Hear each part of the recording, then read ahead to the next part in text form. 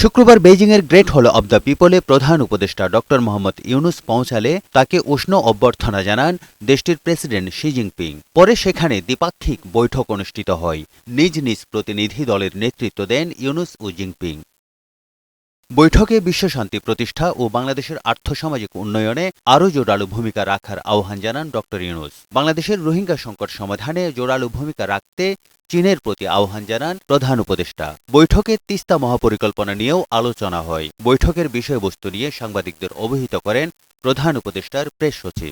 Professor Yunus তার বক্তব্যে চায়নার সাথে বাংলাদেশের যে হিস্টোরিক্যাল যে কানেকশন সেগুলো বলেছেন। এবছর যে আমাদের সাথে চায়নার যে ডিপ্লোম্যাটিক রিলেশনশিপের 50 বছর পূর্তি উপলক্ষে সেটা বলেছেন, এবং চায়নার সাথে আমাদের যে সমস্ত ইস্যুগুলো আছে, যেগুলো বিষয়ে আমরা চায়নার সত্যিকার অর্থে সাপোর্ট চাচ্ছি, সেই বিষয়গুলো উনি বলেছেন। পরে বেইজিংয়ের দ্য প্রেসিডেন্সিয়ালে চীনা ব্যবসায়ীদের সাথে বিনিয়োগ সংলাপে অংশ নেন ডক্টর মোহাম্মদ ইউনুস। বাংলাদেশের বাণিজ্যিক সম্ভাবনা তুলে ধরে তিনি বলেন, ভৌগোলিক কারণে বাংলাদেশ এখন বিনিয়োগের নিরাপদ জায়গা। বিদেশি বিনিয়োগকারীদের সরকার সব ধরনের সহায়তা দেবে। বাংলাদেশকে আমরা বিনিয়োগকারীদের জন্য নিরাপদ স্থানে পরিণত করতে চাই, কারণ ভৌগোলিক কারণে বাংলাদেশ এখন বিপুল সম্ভাবনার দেশে পরিণত হয়েছে।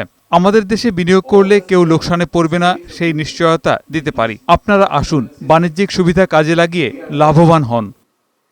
এরপর দুদেশের মধ্যে অর্থনৈতিক ও প্রযুক্তিগত সহায়তা বিষয়ে একটি চুক্তি ও 8টি সমঝোতা সই হয়। সমঝোতা স্মারকগুলোর মধ্যে রয়েছে দুই দেশের কালজয়ী সাহিত্য ও শিল্পকর্মের অনুবাদ ও সৃজন, সাংস্কৃতিক ঐতিহ্য ও খবর আদান প্রদান, গণমাধ্যম, ক্রীড়া ও স্বাস্থ্য খাতে বিনিময় সহযোগিতা। পাশাপাশি দুই দেশের মধ্যে বিনিয়োগ আলোচনা শুরু করা, চীনের বিশেষায়িত অর্থনৈতিক অঞ্চল চালু, মোংলা বন্দরের আধুনিকীকরণ ও সম্প্রসারণ, একটি রোবট ফিজিওথেরাপি ও পুনর্বাসন কেন্দ্র নির্মাণ এবং একটি কার্ডিয়াক সার্জারি গাড়ি অনুদান সহযোগিতার আনুষ্ঠানিক ঘোষণা হয়।